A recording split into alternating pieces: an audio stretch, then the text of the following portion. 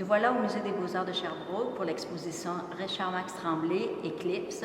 Il peut être instructif de savoir que Richard-Max Tremblay a grandi à Bromptonville jusqu'à sa maturité, pour ensuite partir pour les études vers Montréal.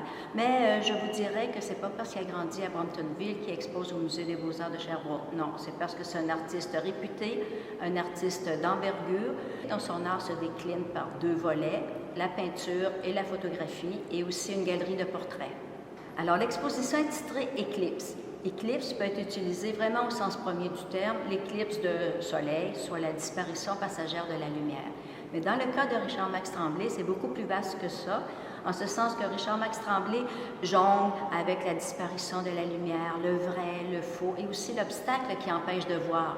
Alors, vous voyez, il ne montre pas tout, et il y a toujours une énigme, et lorsqu'on s'y met pour chercher cette énigme-là, ça nous attire toujours un sourire parce que chaque tableau justifie l'énigme. Alors c'est pour ça que c'est un artiste intéressant, un virtuose du dessin et aussi une palette très singulière, une palette en noir et blanc, c'est-à-dire en camaïeux, noir et blanc, c'est-à-dire différents tons éteints de gris. Si on voit le tableau Fantasmagorie urbaine, eh bien de loin, on voit le reflet d'un bâtiment sur un autre bâtiment vitré.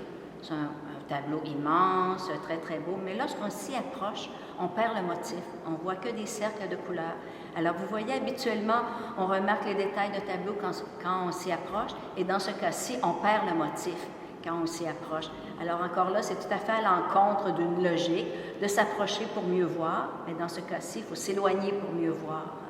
Alors, il est vrai qu'au Musée des Beaux-Arts de Sherbrooke, on y présente le segment présence-absence. Ce sont principalement des tableaux avec quelques photos et des portraits d'artistes, tandis qu'à la Galerie Antoine Sirois de l'Université de Sherbrooke, c'est le segment ombre et lumière, c'est-à-dire plutôt des photographies, quelques tableaux et une rétrospective de portraits d'artistes. C'est donc dire que chaque lieu réputé a son segment, mais il y a contamination d'un lieu à l'autre. C'est ce que je trouvais aussi intéressant pour inviter à voir vraiment les deux lieux.